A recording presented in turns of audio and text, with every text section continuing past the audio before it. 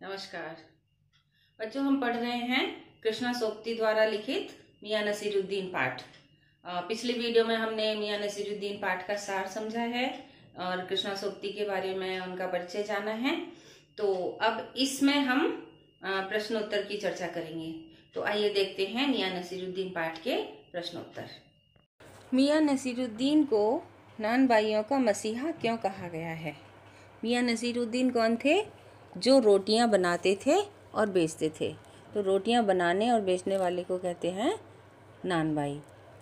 तो यहाँ पे कहा है कि नान भाइयों का मसीहा कहा गया है इस पाठ में मियां नसीरुद्दीन को। तो क्यों? तो मियां नसीरुद्दीन साधारण नान भाई नहीं हैं, वे खानदानी नान भाई हैं।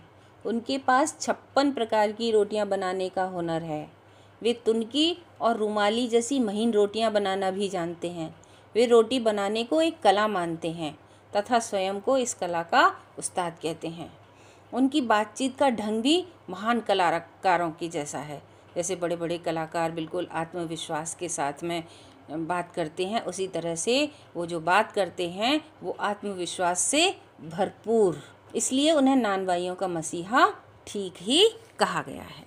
अगला प्रश्न है, लेखिका मियां नसीरुद्दीन के पास क्यों गई थी? यहाँ पर लेखिका मियां नसीरुद्दीन के पास क्यों गई थी ये बताना है आपको। लेखिका मियां नसीरुद्दीन के पास उनकी कारीगरी को जानने और उसे प्रकाशित करने के उद्देश्य से उनके पास गई थी। जो उनके पास हुनर था, जो उनकी कारीगरी थी, उसको जानने के लिए और उसके पश्चात उसको अपने अखबार में प्रकाशित करने के उद्देश्य से वह गई थी। इसलिए उसने मियाँ से रोटियां खरीदने की बजाय उनसे कुछ प्रश्न किए। वो वहाँ पर पत्रकार की हैसियत से गई थी, ठीक है। तो इसीलिए उसने रोटियां ना खरीद करके उनसे कुछ प्रश्नों के उत्तर जानने चाहे थे। अगला प्रश्न है, बादशाह के नाम का प्रसंग आते ही लेखिका की बातों में मियां नसीरुद्दीन की दिलचस्पी क्यों खत्म होने लगी? देखिए, उन्होंने लेखिका से बात करते हुए कहा था कि हमारे जो बुज़ुर्ग हैं, हमारे जो पूर्वज हैं, वो बादशाह के यहाँ भी जाते रहे हैं और ऐसी ऐसी अनोखी जो है चीज़ें बना कर उनको खिलाई हैं कि जो कि दूसरों के द्वारा संभव नहीं है। तो इसलिए ये सब उन्होंने अपना बड़प्पन दिखाने के लिए, रुतबा दिखाने के लिए उनसे कहा था, अपनी शान दिखाने के लिए। तो जब बादशाह के नाम का प्रसंग आया तो नसीरुद्दीन की रुचि लेखक की बातों में, लेखिका की बातों में कम होने लगी, क्योंकि उन्हें तो स्वयं ही नहीं पता था कि कौन से बादशाह थे और कौन से बुजुर्ग थे जो उनके यहाँ गए थे और उन्होंने क्या बनाया था। ये सब बातें मियाँ ने परंपरा से सुनी सुनाई थी। उनके पूर्वजों ने उन्हें बताया था और उन्हें इस प्रसंग का जो सही तथ्य हैं उनका बिल्कुल भी उनको ज्ञान नहीं था। तो जब उन्हें ठीक से सब बातों का पता ही नहीं था तो इन सब नामों और तथ्यों का महत्व भी उन्हें कैसे जाना था? बस परंपरा से सुन लिया था और वो ही उन्होंने लेखिका को बता दिया था और इन सब नामों को और तथ्यों को जानने की उन्हें कभी ज़रूरत भी नहीं पड़ी थी। इसलिए लेखिका के प्रश्न को सुनकर वह मुश्किल में पड़ गए, क्योंकि सही तथ्यों की जानकारी के अभाव में वे उनको बादशाह का नाम किस तरह से बताते। अगला प्रश्न देखें, मियां नसीरुद्दीन के चेहरे पर किसी दबे हुए अंधड़ के आसार देख यह मजमून न छेड़ने का फैसला किया। इस कथन के पहले और बाद के प्रसंग का उल्लेख करते हुए इसे स्पष्ट कीजिए। ये है जब उन्होंने बादशाह वाली बात कर दी थी लेखिका ने। तो लेखिका एक पत्रकार की हैसियत से मियां नसीरुद्दीन के परिवार और उनसे संबंधित बातों को जानना चाहती थी, परंतु मियां उनकी बातों से कुछ परेशान हो चुके थे। विशेष रूप से बादशाह के नाम को जानने वाला प्रसंग उनके लिए उबाऊ था, क्योंकि उसका उत्तर वे स्वयं भी नहीं जानते थे। इसलिए उन्होंने बातचीत को टालना ही उचित समझा और अपने कारीगर को भट्टी सुलगाने के लिए भी कहा, जिससे कि उनका ध्यान भटक जाए। लेखिका उनके बेटे बेटियों के बारे में जानना चाहती थी। मगर मियाँ के चेहरे पर तनाव देखकर लेखिका ने प्रश्न से हटकर उनसे कारीगरों के बारे में पूछ लिया। इसका उत्तर भी उन्होंने चुभती हुई आवाज़ में दिया, जिससे कि उन्हें ये लगे कि वो ज़्यादा इंटरेस्टेड नहीं है, ज़्यादा रुचि नहीं ले रहे हैं उनकी बातों में। कह दिया कि खाली शागिर्दी ही नहीं साहिब, गिन के मजदूरी देता हूँ। 2 रुपये मन आटे की मजूरी, 4 रुपये मन मैदे की मजूरी, हाँ। यानी बड़े तल्खी में उन्होंने जवाब दिया था।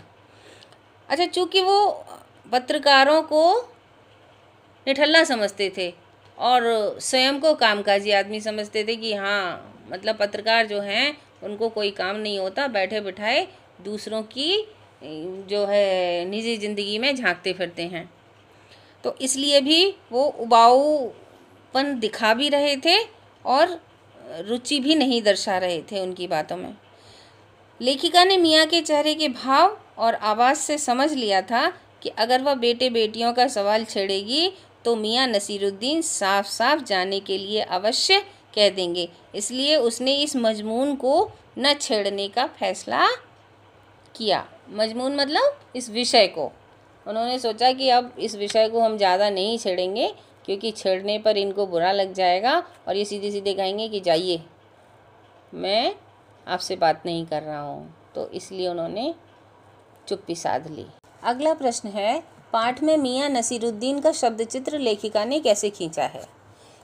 शब्द चित्र क्या होता है?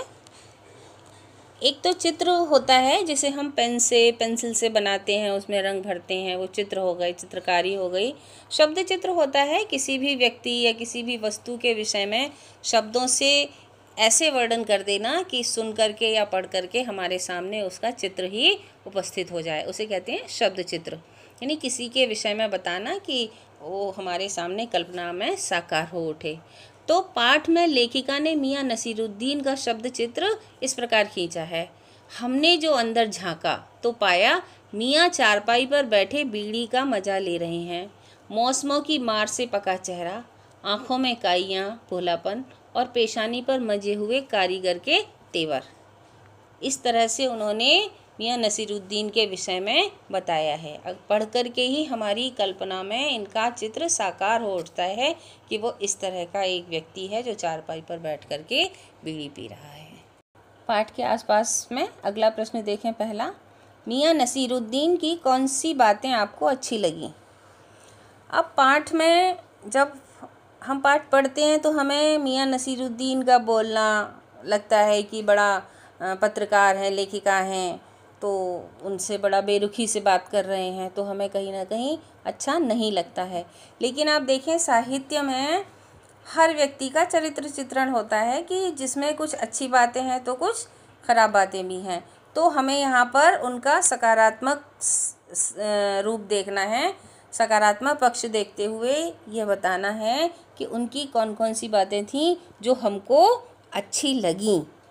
तो ऐसी चीज़ें थीं, ऐसी बातें थीं उनके व्यक्तित्व में जो हमको पसंद आनी चाहिए या अच्छी लगनी चाहिए। तो क्या अच्छी लगी वो हम बता सकते हैं कि मियाँ नसीरुद्दीन की कई बातें हमें अच्छी लगीं जो कि निम्नलिखित हैं। कौन कौन सी बातें? जैसे उनका आत्मविश्वास, वो हर बात को बड़े ही आत्मविश्वास के साथ में कह रहे थे। और आत्मविश्वास के व्यक्ति के अंदर कब आता है? जब उसको जो वह काम कर रहा है जो उसको भरपूर ज्ञान हो।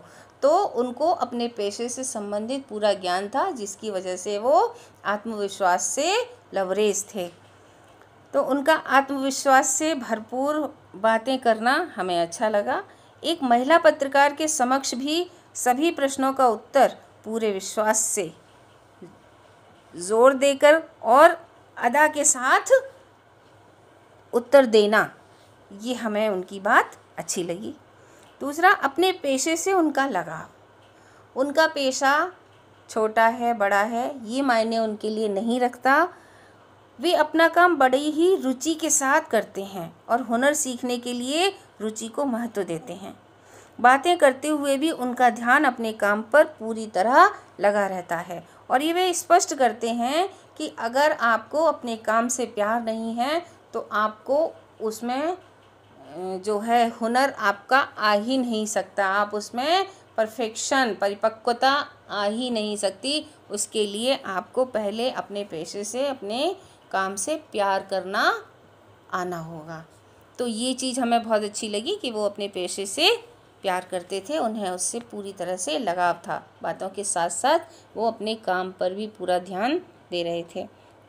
एक और बात हमको उनकी अच्छी लगी, शागिर्दों शागिर्द यानी जो उनके कारीगर थे, उनके साथ काम करने वाले थे, वे उनका भी सम्मान करते थे।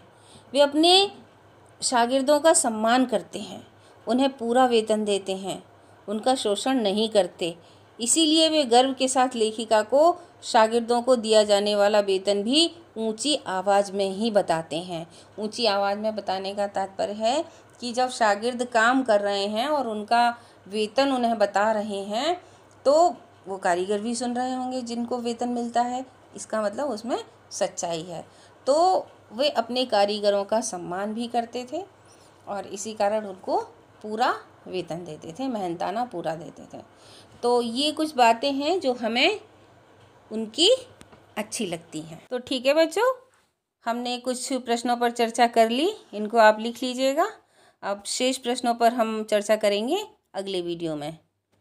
तो तब तक के लिए धन्यवाद।